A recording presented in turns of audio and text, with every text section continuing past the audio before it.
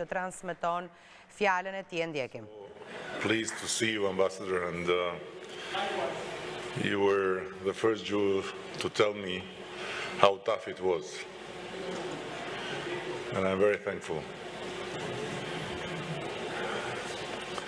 In these 7 years, in the relations between Albania and Israel, as well as between Albanians and Jews, good things have happened. But unfortunately for the world, there have been 7 years of bitterness, of grievance when it comes to the spread of anti-Semitism, violent extremism, hate speech, and so many networks of divisiveness and disinformation. And here we are yet in this dinner generously offered by a man I really admire for his great spirit, Alexander,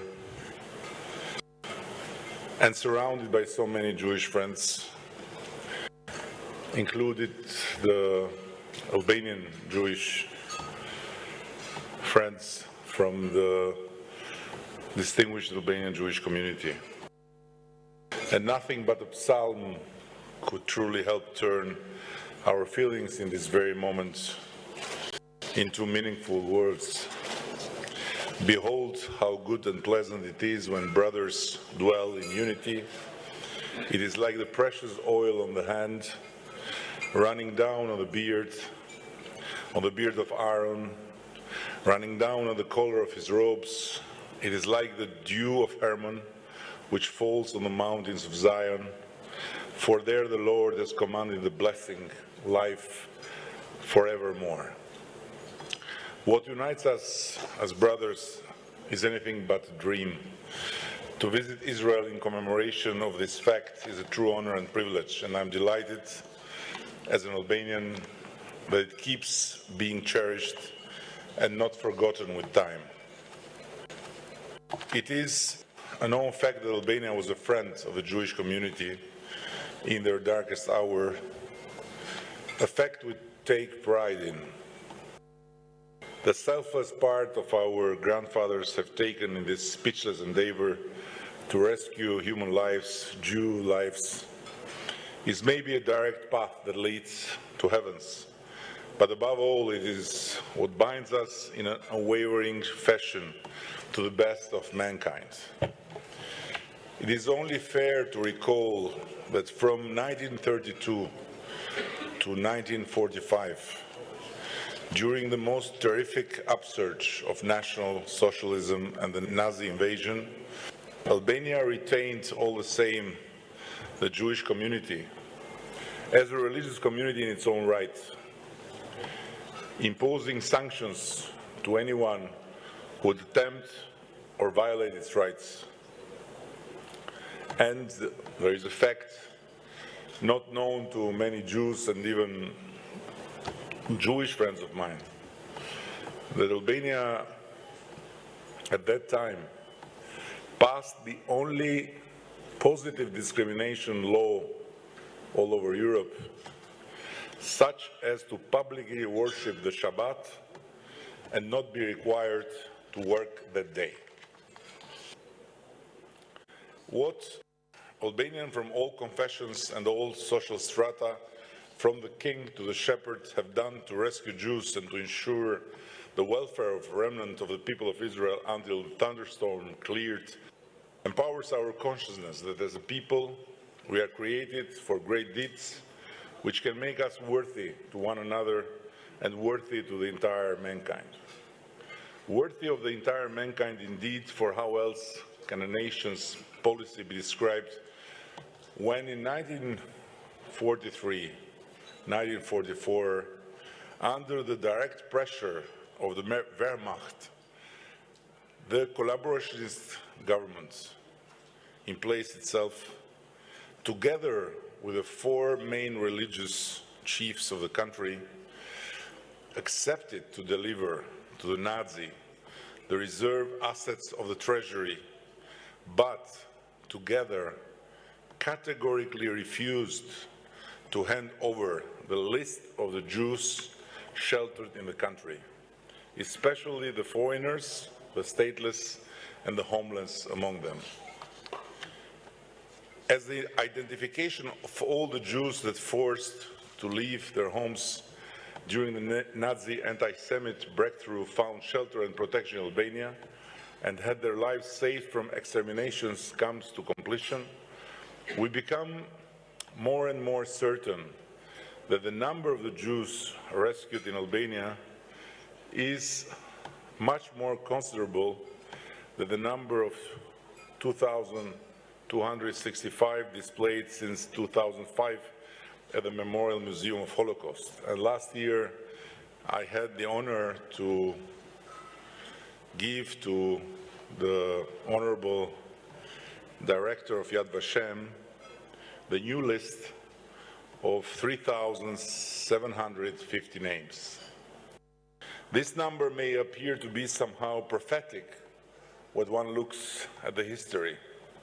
There were 3,000 Hebrews in 70-73, shortly after the destruction of the temple, that found shelter in Albania.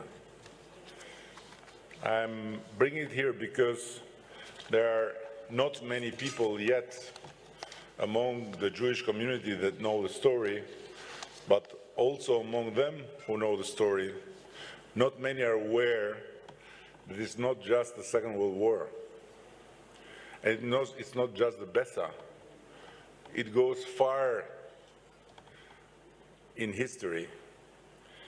And so these 3,000 Hebrews, after they successfully hijacked a Roman vessel, carrying them to be held in slavery, birthed in the Albanian shores and founded flourishing cities like Phoenike or Jericho. About 3,000 were also the Sephardim Jews fleeing the Reconquista in Spain and Portugal at the end of the 15th century, to whom Albania and especially the urban area of Vlora offered freedom, security, and prosperity. In 2018, we opened a small but nice museum called Solomon in Berat, dedicated to the history of the Jews in Albania. And now we are setting up a Jewish museum in Vlora in the Jewish Road, an historic city center. In this city, an important center of the Albanian Jewish community, there was for many years a Jewish-owned cafe called Israeli Patisserie. In the words of its owners, Albania was among the rare countries in the entire world where a small business could carry the Star of David in the storefront and be so wholeheartedly embraced by all local community.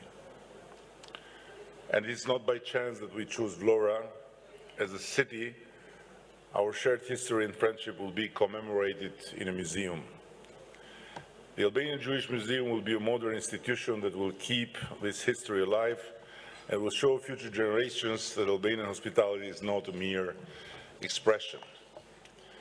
But in the same time, we are working to build in the center, in the heart of our capital city, a Jewish cultural center, which will be a museum that will again make sure that everyone does not forget the Second World War, but also a contemporary Jewish center of culture, art, politics, customs, and everything else that will introduce our people to Israel. And at the same time, I will tell you that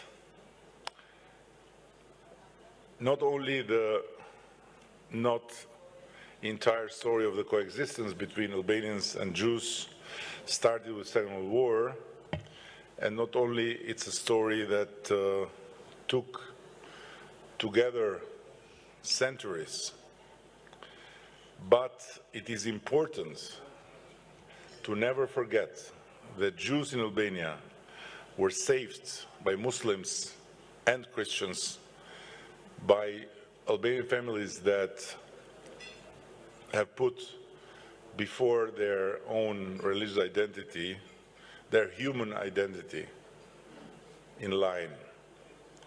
They stayed true to the old saying that the Albanian home belongs to God and the guest, but not the guest you necessarily invite, but the one that wants to be helped, the one that knocks at your door, the one that may be unknown to you, but that you have the obligation to shelter and to protect. And so far there are 73 Albanians, Muslims and Christians, that have been recognized as righteous among the nations, and many others, including high-ranking officials of that time, still waiting to be recognized as such.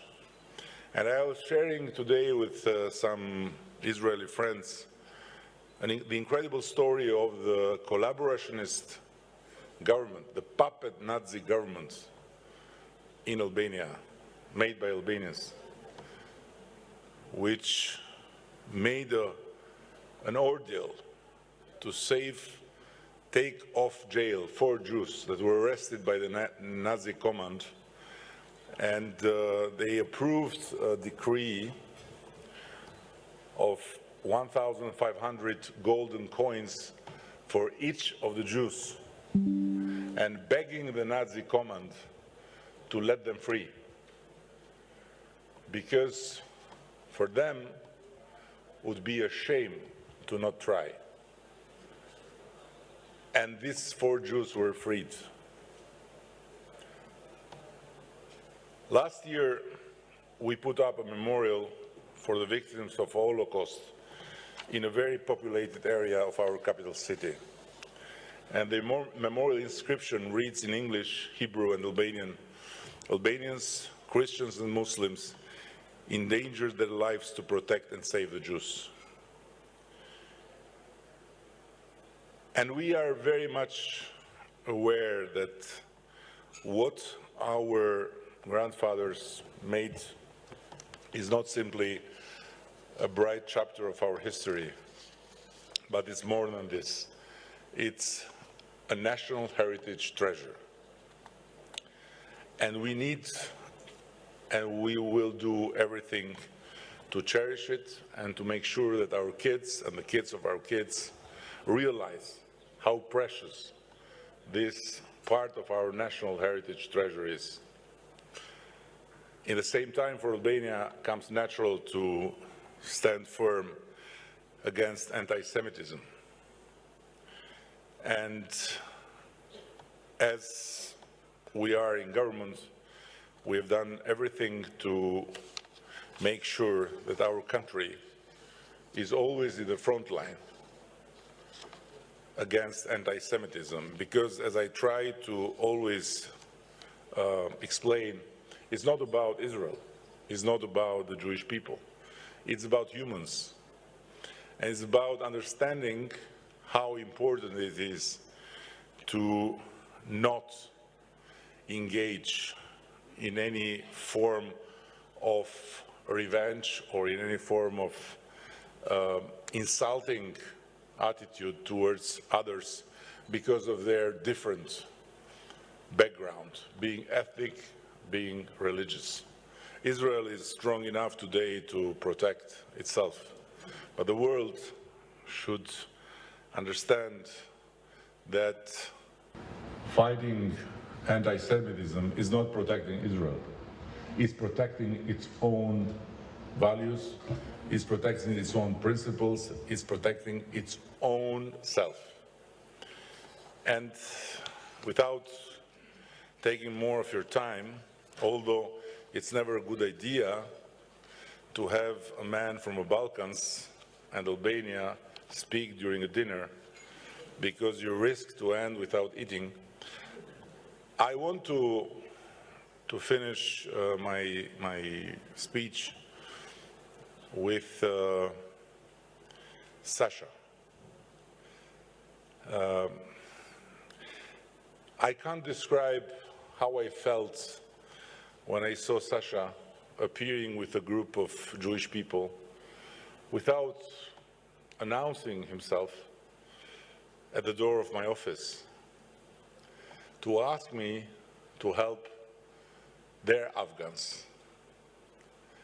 When I say their Afghans, I mean that what happened during the NATO pulling out from Afghanistan was really a very heavy test for all the NATO countries vis-à-vis their obligation to not leave behind at least the Afghans that were there for us, that worked for us, that believed in us, that exposed themselves because of what we represented for them. And I thought since the very first second that Albania couldn't shy away like richer and bigger countries did. And we had to open our door and to welcome,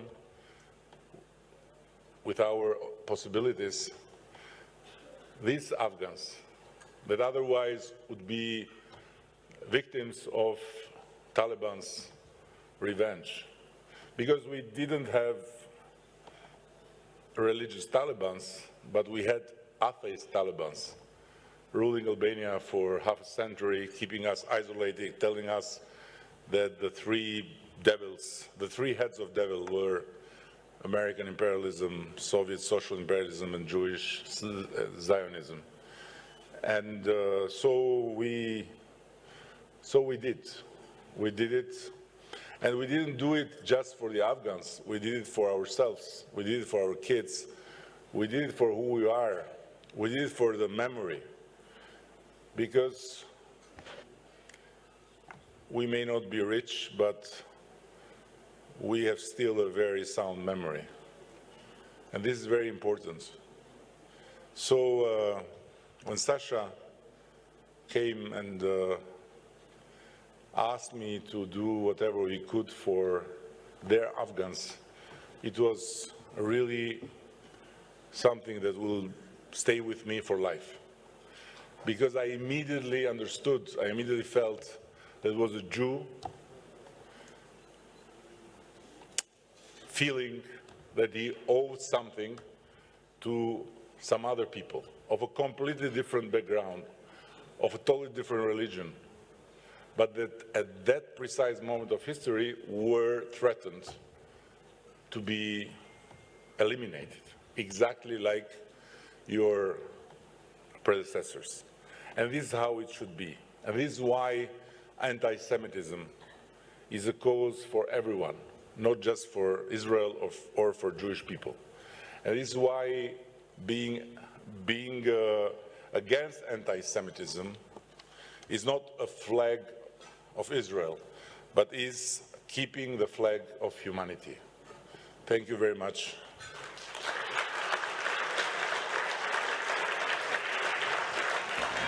And let me wish I was not boring and my speech was worth you stopping eating. Thank you. We want you to stay for another minute, Mr. Prime Minister. And I would like to invite again to the stage Mr. Alexander Mashkevich, together with Mr. Mikhail Miralashvili.